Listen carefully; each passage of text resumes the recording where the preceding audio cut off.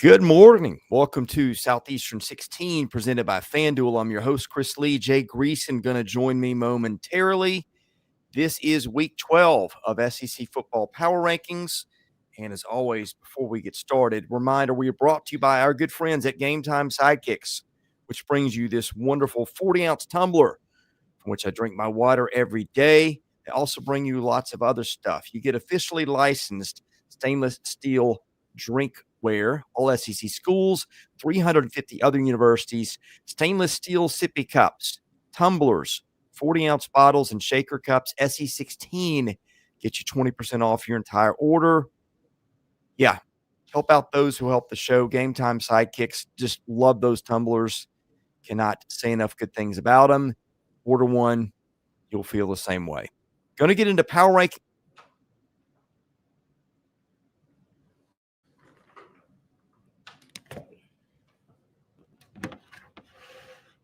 Sorry, Mike got muted there. Not sure what happened. Don't know what things are like in your neck of the woods, but in the 615, it's been in the high 20s with snow flurries here today. Well, we're all the way up to like 33 here in the 423. Yeah. And I love how hip you and I are in using the area codes. That's so circa 2000s. Right. That's how we roll around here, Jay Greeson. All right. What a weekend of SEC football. Power rankings this week were pretty predictable in the first half. I didn't know what to do, frankly, from about 11 down. We'll see how we settled as a group, and let's just jump right into it. And here we go at number 16. This is the spot Kentucky occupied for a long time. Kentucky no longer here. I think for the second straight week, it's Arkansas, which had no chance to get out of the cellar or cement its position in the cellar, which is the latter has been more of the case lately, Jay. Yeah. And I got a sneaking suspicion, at least on my ballot, and I'll post it when we get closer to the top because I want everybody to know how I voted. But the real kick in the shins for Arkansas and another SEC school is they are truly wasting magnificent quarterback windows. And look, I completely agreed that firing Sam Pittman, but with the way that team just folded the tent against Notre Dame, and I mean it wasn't even being whispered anymore in Fayetteville. It was being screamed about. But this is the worst case scenario when you make a mid-season coaching change because the lug nuts have completely fallen off under Bobby Petrino. Yeah, Arkansas is still a top 40 team in predicted power rankings nationally, which tells you a lot about the depth of the league. I think every team in the league is inside the top 50. It's just a different dynamic in this league. Well, even Arkansas, as bad as it's been, like there's no easy win against those guys usually. And, if Who's His Britches hadn't fumbled the football, the team that was supposed to represent the group of five should have lost to the worst team in the league. And but I mean, ifs and nuts and candies and butts, but man, I don't know what Arkansas does, and I don't even know where they look now. I mean, I know they're gonna money whip somebody. And look, college football coaches are wired differently. I mean, that's just true. And so everybody thinks they can win anywhere. But, man, some of these schools looking to make changes or already looking for replacements, that's an arduous task to build from 10th, 12th, 16th in this league when the top 4 or 5 ain't going anywhere. Yeah, for sure.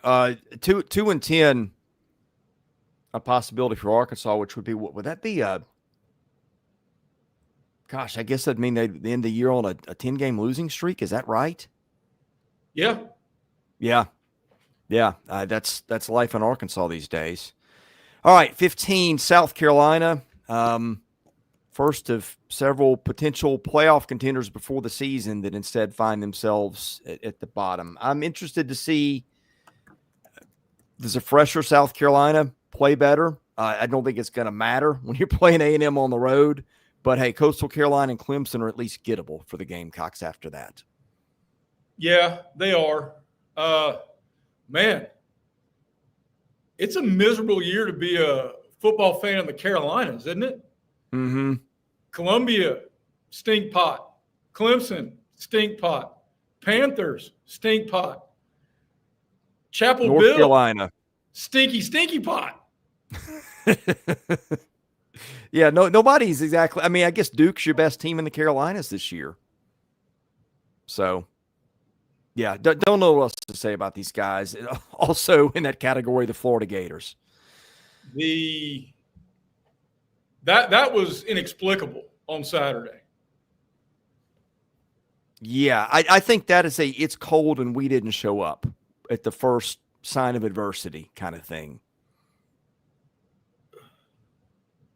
That is, David Pascal writes for the Times Free Press, a very stat-tastic. And I'm going to make up about 8 or 10 words a show. That's just who I am. So we started with who's his britches, and now we're going to move to stat-tastic. This was Kentucky, and this is from David Pascal. This was Kentucky's largest win over Florida since 1950 when they were coached by some guy everybody called Bear. Wow.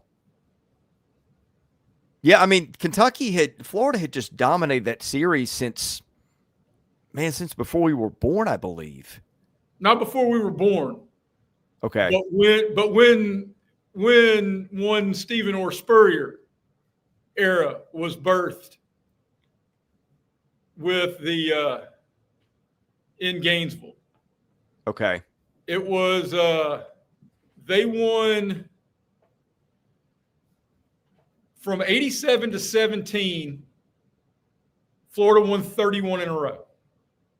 All of them. Yeah, that's what I was thinking. Yes. From 1987 to 2017, and some of them were ghastly. Florida's barely averaging 20 points a game with a guy that was to be a Heisman contending quarterback, a good tailback and ball, a couple of NFL offensive linemen, a couple of Wilsons. I mean, well, breaking news. I think breaking news. I do not think Billy Gonzalez is going to be a finalist for this job. Great call, Jay Greeson. That's why we pay you the big bucks here. It really is. Right. Hey, let's move on to something a little bit more interesting. Auburn at 13. How much time you got? How much time? Well, I'm gonna start here. Then I'm gonna let you just go do your thing. In the vein of movie quotes, up your alley. There's one from "Oh Brother, Where Art Thou" that came to mind to describe Auburn's offense. And I'm gonna see if you can get it. I'll give you a few seconds. If not, I'll give it to you. Well, there's so many. Well, to stay with "Oh Brother, Where Art Thou," first, Cam Coleman is bona fide. He's a suitor. DJ Durkin, look out over the entire fan base and know he can say, "Is you or you not my constituency?" Because by God, we are. And the Auburn fan base is relentless. And look, man, I don't know. I told somebody this morning, if anybody has any question on whether I'm mentally tough, I'm not going to tell them about my athletic stories. I'm going to say I'm an Auburn football fan. And it takes resolve and resiliency to just show up to see how they're going to break our hearts week after week. I mean, I don't know the specific one you are thinking of. I can't help but think about Delmer looking up and go, "You was a horny toad." That's the one. That's the one. Auburn's offense. We thought you was a toad. Well, Matt, you need to quit. You need to quit. That would break my heart. That Stoops to Auburn is a done deal, unless you're talking about Bob. So, look, Last man, I heard, they were chasing Kiffin and Drinkwitz.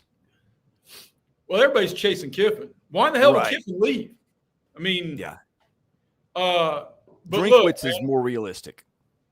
On a serious note, and not to go all Jeff Guidry, the governor of Louisiana, on everybody right here, and his rant about the pay structure for college football coaches and being out of whack. I would seriously explore legal opportunities, because if you put the game tape in as evidence one, Jack McCoy can make a real hard argument on Law and Order for coaching malpractice for Hugh Freeze, that he's had these dudes who just did that to a team in the playoff race, and the week before they scored a field goal against Kentucky. A field goal at home. I had said, and I was on the Nile, and I said, I think there's a recipe where this game is crazy, and it's just getting the ball to those guys in space, which they did, and there were some quick developing plays, but the offensive line, I thought, also pass protected really well. Matt, well said, because I completely agree in reference to the Guidry comment, and I completely agree with you. And look, man, Brian Edwards and I get blue in the face talking about our love for Diego Pavia, our love for Josh Hubbard, don't lay more than 40 points in a college football game. And Hugh Freeze has got to get Cam Coleman at least double-digit targets every single game. And look, if Omar, who's his chin strap at Indiana, hadn't made one of the more unbelievable catches I've ever seen. Oh, yeah. We'd all be talking about the Cam Coleman one-handed catch in the corner of the end zone. That was the catch of the year. It really was the catch of the year. I was watching that in the press box. I was like, there's no way he could have caught that ball, but he did. And he caught it and he controlled it. Yes. It was Odell Beckham Jr. good. And I mean, that was textbook coverage on the play, and he made it anyway. Right, that Cam Coleman may transfer, but they're going to have to money whip the piss out of him, pardon my language, because Auburn's going to pony up too. And don't think, Auburn's going to be paying buyouts and writing checks, and by God, everybody go buy lumber, because the yellow fella's about to write some damn checks in Auburn, Alabama. Anything else on the Tigers? By the way, here's one more thing. Do you want a bye week right now if you're Auburn before the Mercer game, or would you rather just play it out? Well, I mean, honestly, a lot of the conversation, you have a choice, but right.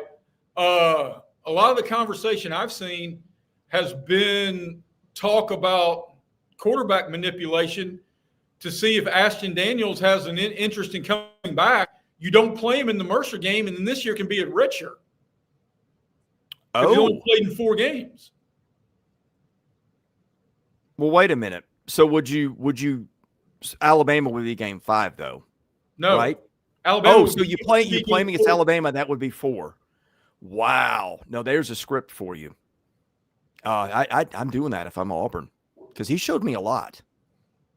Trey, hell yes, Hugh Freeze was that bad. I wrote in my morning column at Times Free Press today. Hugh Freeze is as bad as Jeremy Pruitt and Derek Dooley combined.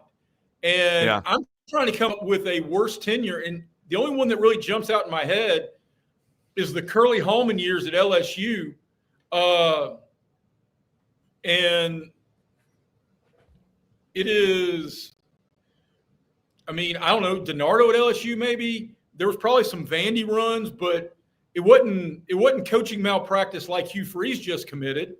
I mean, and the story's coming out after the fact that, I mean, we laughed and tried to shrug off the multiple play callers in the offseason comment, which turned out to be a huge disaster. And Derek Nix apparently knows what he's doing. We get stories now that the pregame hype music or pre-practice hype music were Christian hymnals. And what? Yes. And that's fine, well, and good on Sundays when I'm sitting in my church pew. Let those kids get hyped and get ready to work. And then maybe worst of all, in terms of malfeasance, is Hugh would randomly call a play they hadn't practiced in a game situation because he thought it would work, which led to confusion and missed blocks. And years off of Jackson Arnold's life, for God's sakes. Yeah. I mean, I was out on Auburn before the season because of him. Said, hey, the talent could win out. And boy, was, the Vandy game was proof of concept that they got talent on offense. But I was afraid it'd be mismanaged, which it was. Okay, Luke, that's a fair. Chad Morris was bad. Chad Morris. Yeah, Chad Morris might be your number one guy. Derek Mason might be in there too. Although Mason at least did win some games at Vandy. But the praise we give Heupel about inheriting a dumpster fire and redirecting it, Mason got the keys to a Cadillac and turned it into a Pinto.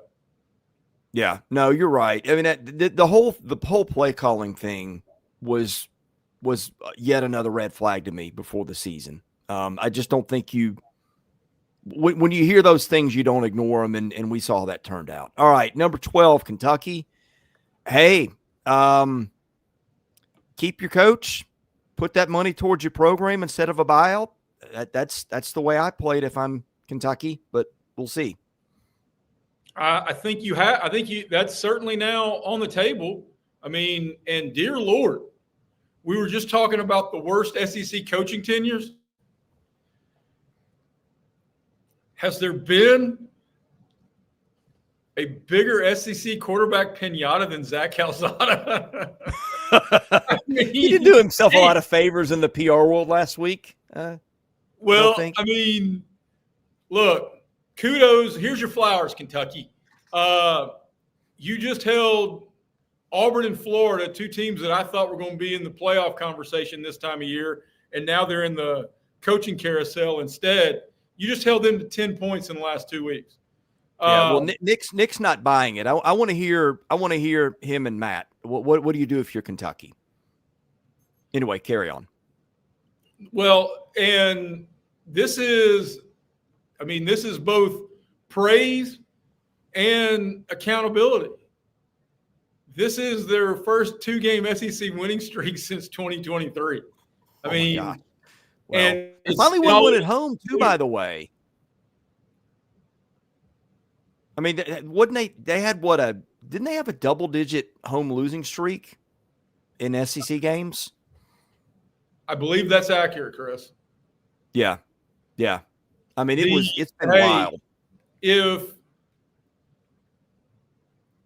I can understand a Kentucky fan base looking up and saying this is run its course. I mean, you just beat two interim, you put the death knell in Freeze, and you just beat Billy Gonzalez, who, look, Florida looked as inspired as Yahoo Serious in playing opposite Meryl Streep. I mean, this was not a scenario that was desirable for anybody with Gator blood. But look, I think it's time. I think you got to figure out now. That's a good point, Sam. You do have a $22 million basketball roster, and we've talked about this on multiple platforms, Chris, over multiple sports in the last year. If you're going to prioritize something other than football, you're going to have to make sacrifices, and everybody's going to have to understand it. I get that Kentucky's out on him. I do. I get that the fans are sick of it and want to move on. But A, what's your alternative? Is Summerall realistic? B, what's the cost of it? C, if Summerall's not realistic, who are you getting and what's the cost of it? And D, you've got a quarterback that you're bringing along who shows more promise than your last few guys have, it feels like to me. And B, or E, or wherever we are now, Austin has you're always able to build it on defense. Austin Keith Austin. I don't know. Sometimes they can get turned around. This is his post before that, because I think he rightly questions what is the ceiling with Stoops. Well, okay, your ceiling used to be what, 9 wins? But 9 it's a different wins, landscape now with the schedule. That was before the expansion and before the mushroom cloud atop this league. I mean, yeah.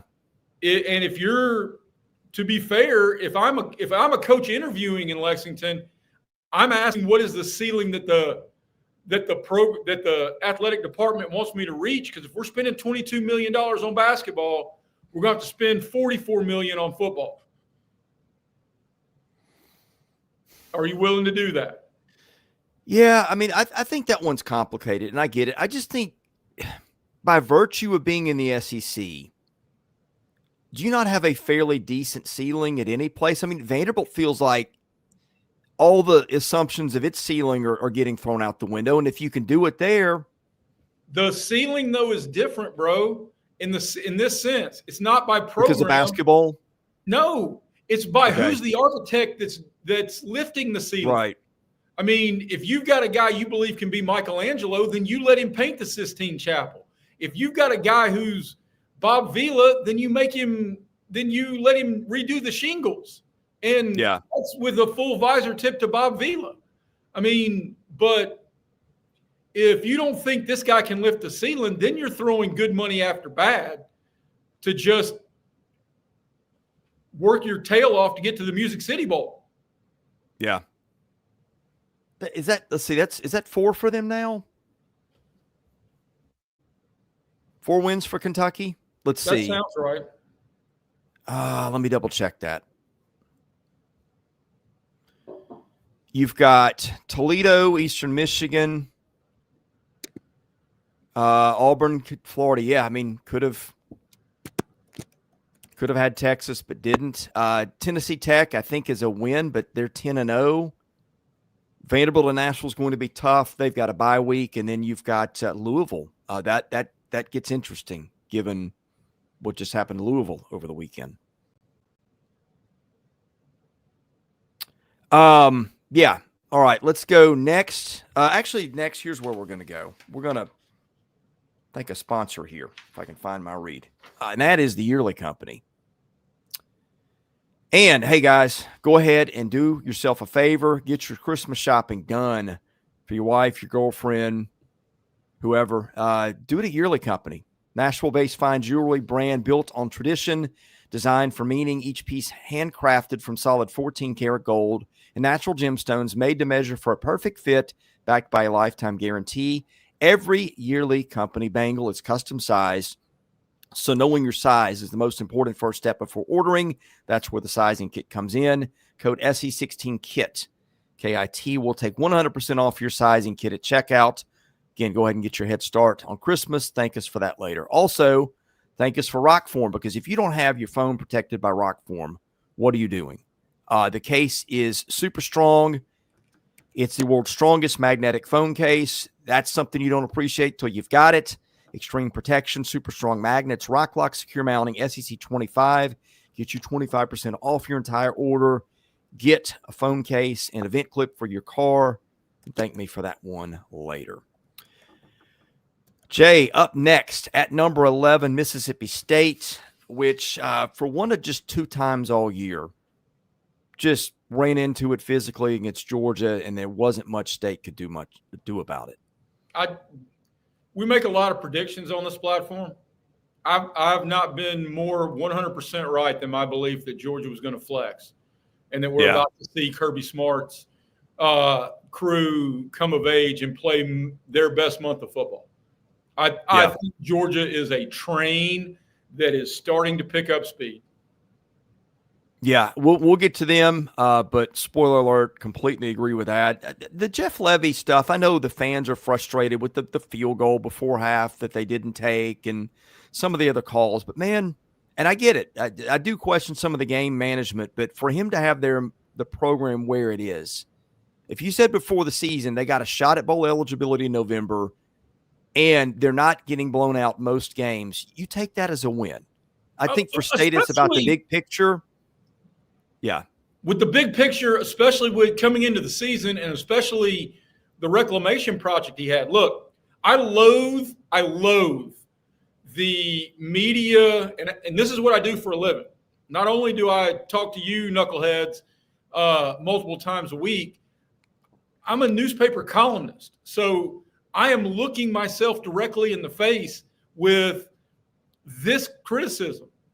But I hate the philosophy that we vote for coaches of the year because they did more with what was perceived to be less, because that is our preseason misconceptions, especially in college football with the portal and the roster overhaul. Look, you can't tell me that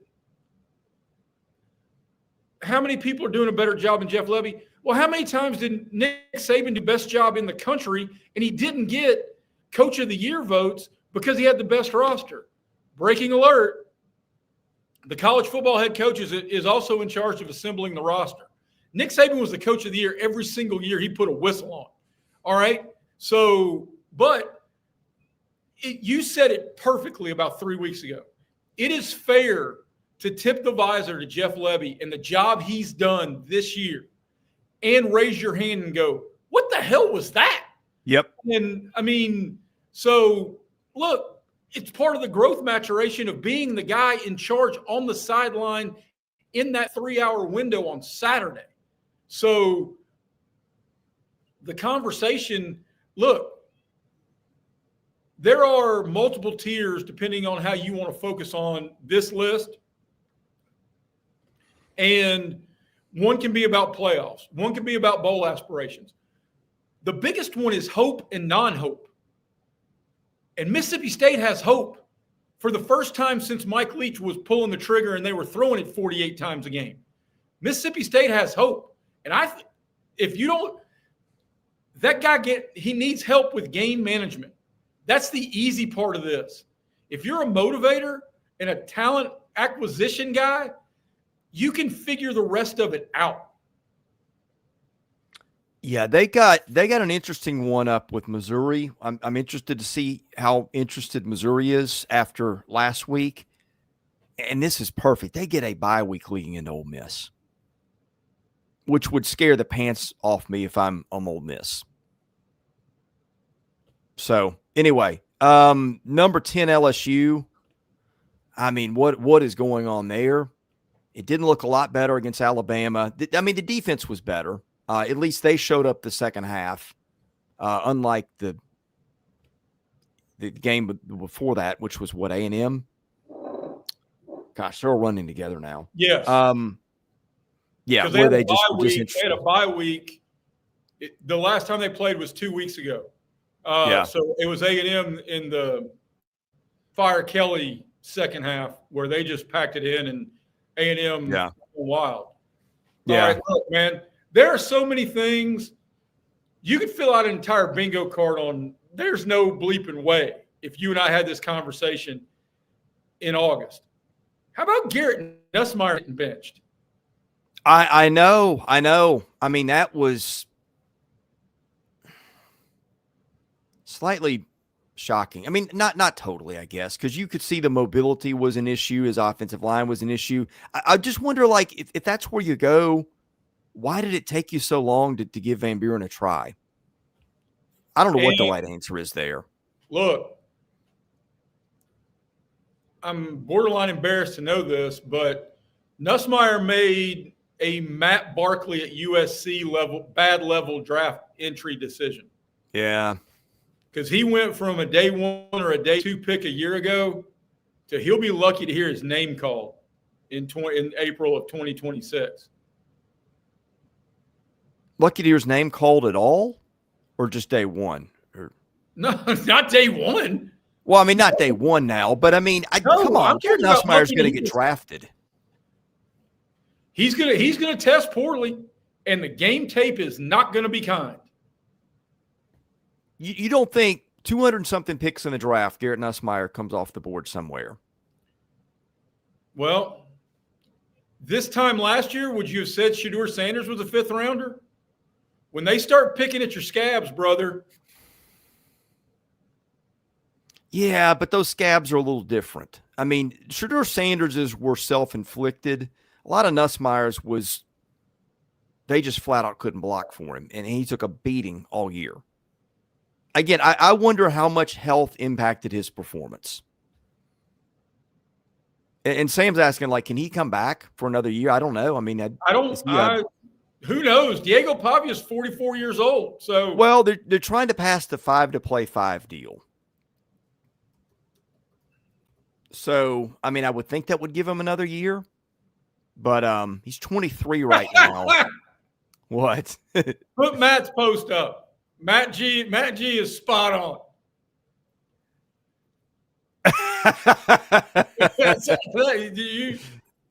Yeah. Yeah. Yeah. I mean, yes. Okay, Nussmeier was at LSU in 2021. Played 4 games, got a red shirt for that. So he's out of options barring, something weird. So anyway, moving along, it gets a little predictable from here. We flipped the next 2 teams, Missouri at 9, as the Matt Zollers experiment didn't go the way I thought it might. And to be fair, when he played a couple of weeks ago, Vanderbilt probably was not doing a lot of game planning for him, which might have played to his advantage. Texas A&M, I heard this said, A&M was going back and looking at his high school tape and looking at everything. I think the bye week for Missouri might have been the worst thing that could have happened to Matt Zollers. I said that last week. You did. And I said this was going to be a curb stomping, and it was. Yeah. Because that front 7 is great creating pressure and still great against the run. And look, Ahmad Hardy deserves all the flowers that everybody wants to give him. He's a great running back. So, but this one felt inevitable. And this now ends the tier of teams that are either searching for coaches or positioning for a bold trip where they're going to try to convince people to be enthused about. Yeah. I think this is interesting. 9 down starting with Missouri. It's a who's motivated to play. Yep. And I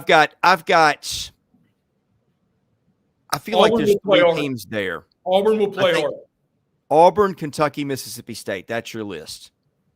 Everybody else up. Well, I mean, I'll tell you what, South Carolina would be sneaky there because you got a rivalry game at the end of the season. And like LSU, Arkansas this week, that's like, okay, who cares enough, right? That's kind of where we are from 9 down. That's the one game that no SEC fan's going to complain that YouTube and ESPN can't get their crap together.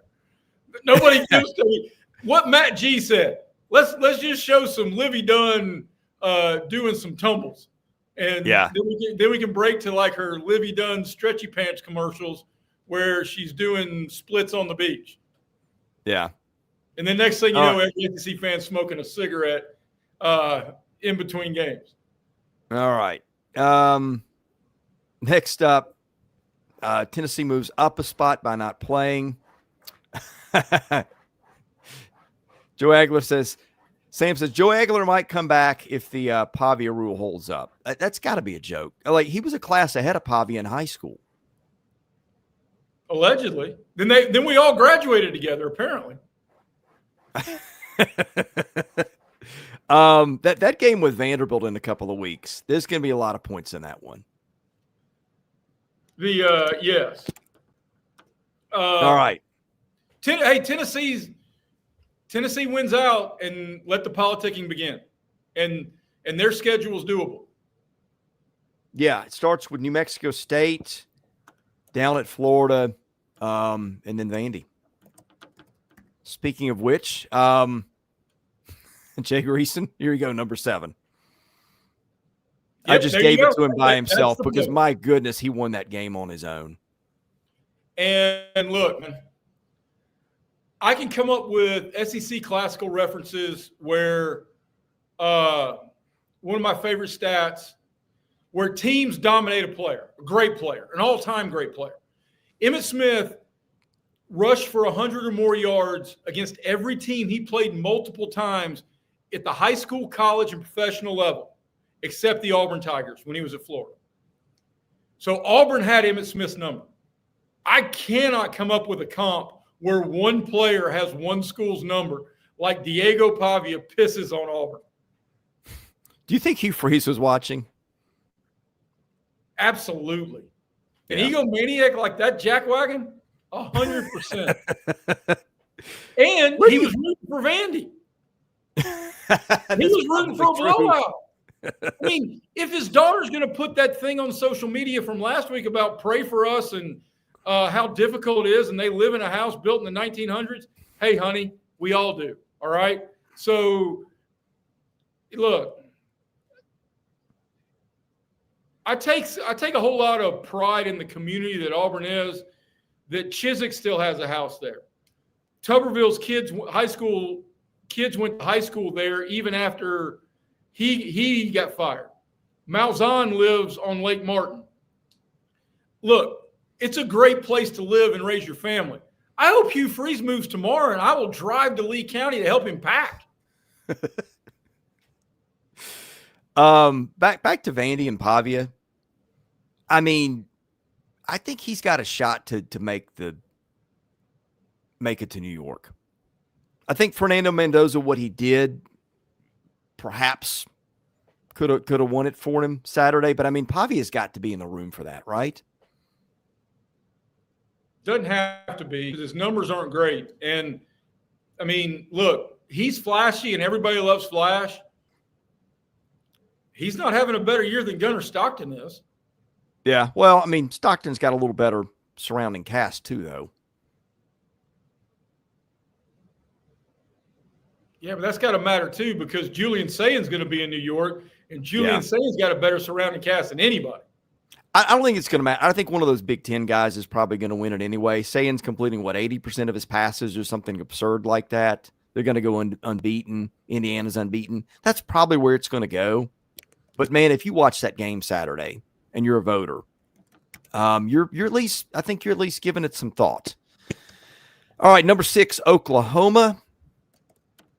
Yeah, Sooners have got it in front of them, but, boy, it's going to be tough. And I'm interested to see how Mateer taking a week off does or does not affect things. Man, oh, man. And you're right. The path for Oklahoma is arduous, but they're also carrying the weight that the team that's going to be next on this list has got the head-to-head on them. Yeah. I'll tell you, though, I don't think anybody is thinking about it. I still think a 3-loss Oklahoma, if it gets to that point, ought to be in the conversation. Now, look, your schedule got a little easier because you got Missouri and LSU at home. And again, interest factor there for both those teams, I don't know. But you've already bagged a win over Michigan. Well, I guess that's what you got. That in Tennessee. Well, probably not good enough, but it's worth unpacking. Yeah. Well, if their only loss left is Alabama, other than handling your business, the thing Oklahoman fans wanting a spot in the playoff need the most, truly, is Tennessee to win out.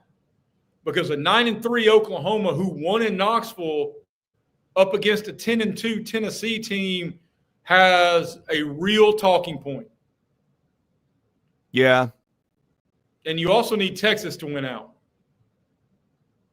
which I know makes every Oklahoma fan in the chat feel like they need to take a shower, but it is what it is if you want to get to the playoff. And you've got a defense front seven that is playoff caliber. The argument is going to be based on Mateer's injury. I mean, he comes back for the Texas game, didn't go well. Like, if you replay that with the healthy Mateer, how does it look?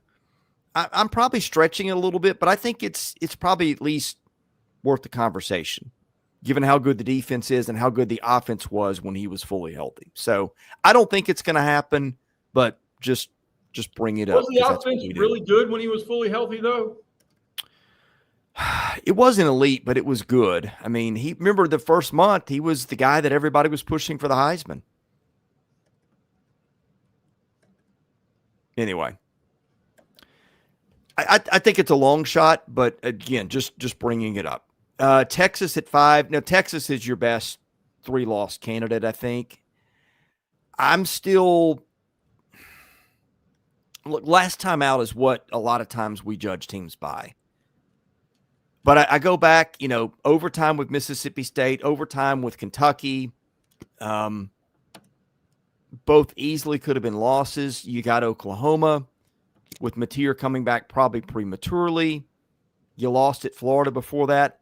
A lot of recency bias with Texas. Now, they're good enough to get there and maybe win a game or two in the playoffs. But 3-loss Texas, the work is in front of it. You win one of Georgia A&M and also beat Arkansas, and it's a conversation.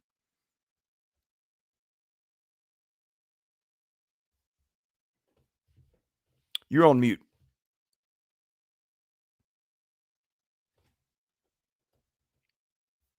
Hey, Jay, I think you're on mute. Am I better now? Now it's good, yeah. Okay. Yeah. I agree with what Matt said, but we'll talk about Georgia, Texas at some point later this week. What we're talking about now is Texas in the picture, and Texas truly is going to slide into whatever the bracket holds, because they were the first team out and BYU's about to plummet. Yeah. Big, a lot of scoreboard watching on the Big 12. A lot of scoreboard watching in Texas.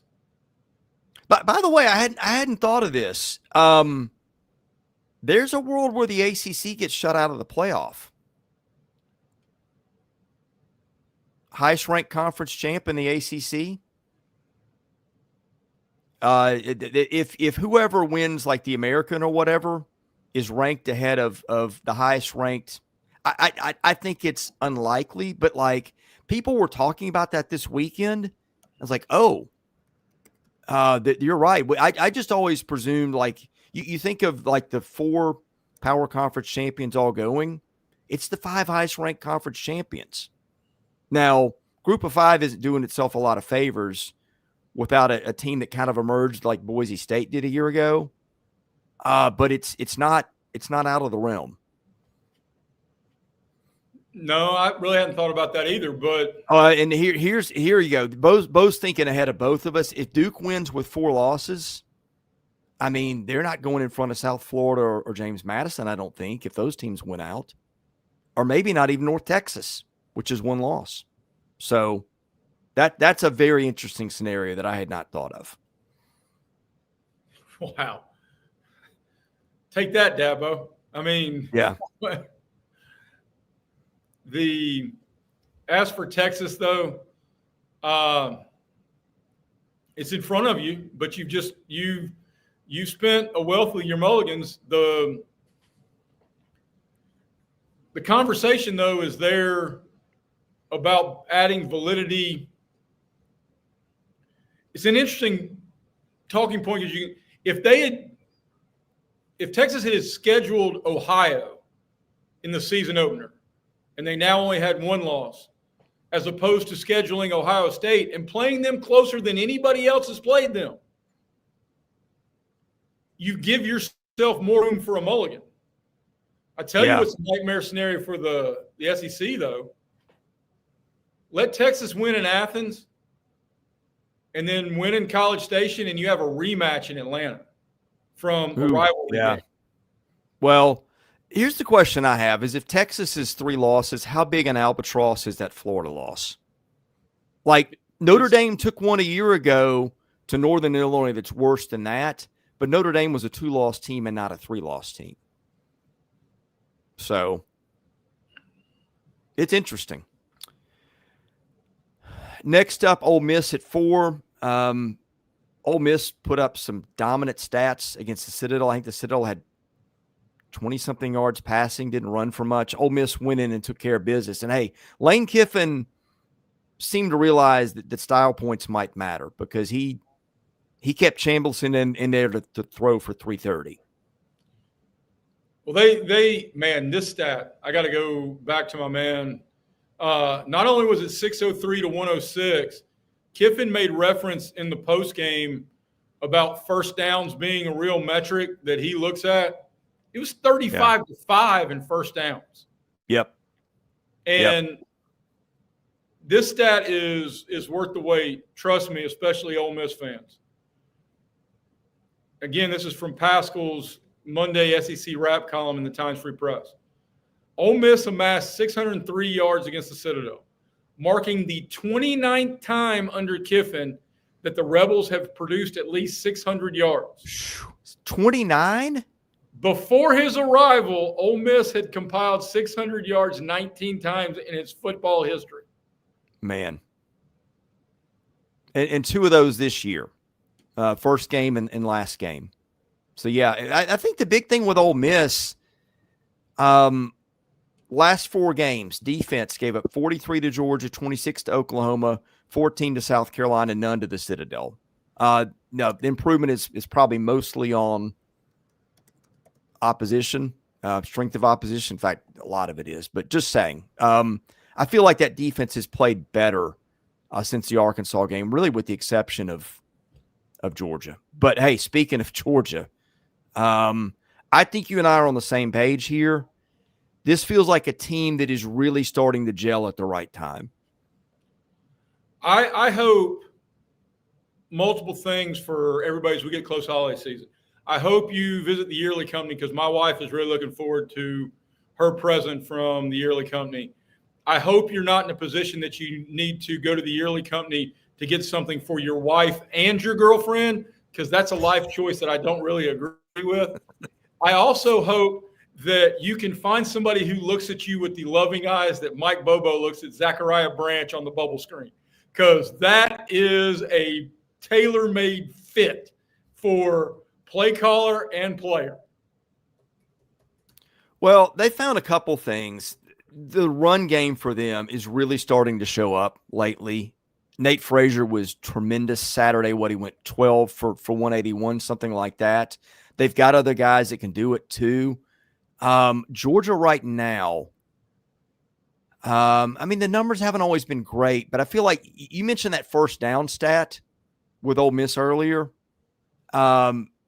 Last 5 games working backwards, first downs for Georgia, 30, 21, 34, 21, and 26. I just think that's kind of what they do. They play ball control and keep away. They're averaging 10 more snaps than the opponent. It's not always that the rushing numbers pop off the page, although they did Saturday. It's the game control element that they've really started to get down. And the situation, like, remember how they won the Tennessee game? Right. They throw the pass to get it to overtime and then get to 2, but then it was running the ball that won it for them in overtime. I feel like Georgia's game script, they've been such a good second half team. I feel like the old school just wear you down thing is really working in their favor right now. Couple 3 things about Georgia. One, I think you got to really, and we mentioned this, I don't know if it was you and me or you and Brian or me and Brian last week, that Kirby's had better teams, but I think this may be Kirby's best coaching job at his alma mater. Yeah. And some stats that'll blow your hair back. Georgia's now won 47 in a row against non-ranked teams. That's handling your business, friends. That is handling your business. They ran for 300 plus yards on Saturday. And maybe this one, I heard this on the broadcast because I was driving around during the Georgia game, and we get the Georgia game locally here in Chattanooga. There are now 9 teams. Georgia got its 900th program win, to be the 9th team to have that many or more in college football. How many? We're going to try to name them? Yep. All right. Do you want to do it or me or just both? I'm happy to read them off. I got it in front of me. Oh, hang on. Georgia, Alabama, Michigan, Texas, Ohio State, Alabama. You said them already. I said Alabama. Okay, so that's 5. Yes. Hang on a minute. Promise I'm not going to cheat here.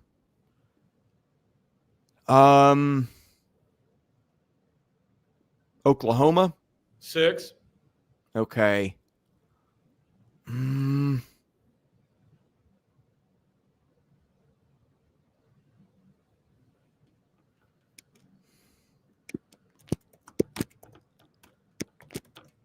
I don't know that is anybody else I can't think of anybody else in the SEC. Notre Dame. Notre Dame is 7.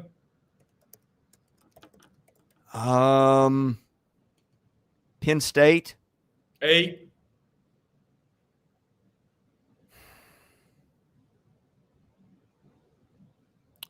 I'm going to try a wild card. Utah. Nebraska. Okay. Nebraska. Yeah, that makes sense. Okay. Well, that's pretty elite company. Speaking of elite company. Yeah. Okay. That's you, Alabama. Little concerned about the running game, but man, the list of victories is pretty impressive. It is. And they have a mulligan. I mean, and yep. You never want to lose the Iron Bowl on either side, but getting although an interesting scenario would be even a one-loss Alabama, if they get to Atlanta and then if they lose a game down the stretch, still get to Atlanta and then lose in Atlanta, you're now talking about a potential 3-loss Alabama. Yeah. And your narrative of a 3-loss Oklahoma would be worth a discussion. Hey, I don't know how much playroom Alabama has with the craptastic nature of the ACC. Because, I mean, hey. They still get in at that point, I think. I mean, you got to win at Georgia where nobody had won, since Barack Obama almost. The win over Vandy looks good. The win at Missouri still looks good. If you remember when that one took place, you beat Tennessee.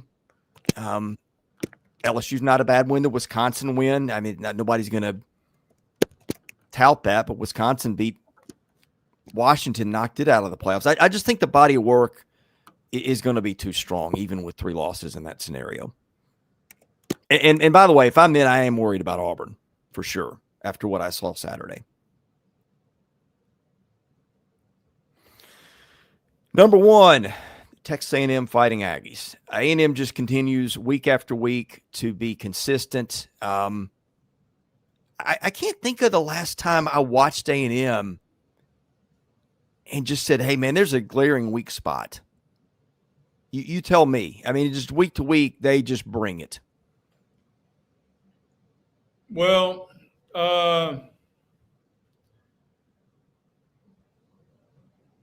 they've played I wouldn't say an on-the-field glaring weak spot. They've played down to competition a little. Arkansas. Auburn at home in a game they gained. Texas A&M had 450 yards and Auburn had like 150, 180, and it was a 16-10 game. I mean, but then if that's your biggest complaint, they went to Missouri and against a backup quarterback and throttled them. Yeah. I mean, and Marcel Reed's growth has, hey, you were talking about Diego, and Diego may have Johnny Manziel style points. Marcel Reed deserves an invite to New York before Diego Pavia does. Yeah, I mean, and a lot of people are going to argue that. Again, I think he's got a better surrounding cast, but it's very defensible. I mean, he's been so consistent. I guess if I'm going to pick a bone with them, I might go like your defense to force some more turnovers. But that's how far you have to look. We brought up a couple things, but in this world of college football where parity is kind of king, I think that says a lot about the season they're having. Yes. And to still have a donut in the second column of the standings, it is impressive. Yeah, for sure. Yeah, I think, what do you – remaining games, South Carolina, what is that, East Texas A&M, and then Texas. Texas one's on the road. Chances they go unbeaten. What do you think? Even money. Okay, I think that's fair. And I would lean towards betting on yes, 12-0. I would bet yes. Okay. And the reason why, we talked about it in the dominoes. I think the only thing Texas is going to be playing for in the rivalry game is the rivalry, because I think Georgia handles Texas this weekend, which puts a pretty hard exclamation point. A 3-loss Texas team with a loss at Florida, a Florida team that now the wheels have fallen off, is not going to age well. So, and look, man, this is part of the expanded playoff. I mean, A&M, they're a win from South Carolina from locking down a spot in Atlanta, right? I think so. No, Wicked Brew, it won't be easy playing in Austin. But no, you've got the better quarterback. You've got a much better offensive line, and you'll have everything on the table to play for. And coming from a rivalry that is every bit that bitter, no matter the emotion, the better team more times than not wins. Yeah. And right now, Texas A&M is a better team. Well, flowers to their defense. They're giving up under 5 a snap, 317 a game. That was kind of like the thing that people worried about after that Notre Dame game. But, hey, you've seen what Notre Dame has done since then. And I mean, really the only bad game was that Arkansas game. So, the more I look at this roster, the more impressed I get with it. So, all right, Jay, I've got to run to do a radio hit in just a minute. But glad you joined me today. It's always fun. We'll start predictions here in a little bit. But can't wait for the last 3 weeks of SEC football. This will be a blast. You bet. Everybody have a great day. Right. Yeah. Thank you guys for watching. Thank you to our sponsors. For Jay Greeson, I'm Chris Lee. God bless you guys. Have a great rest of your week. You're watching Southeastern 16 presented by FanDuel.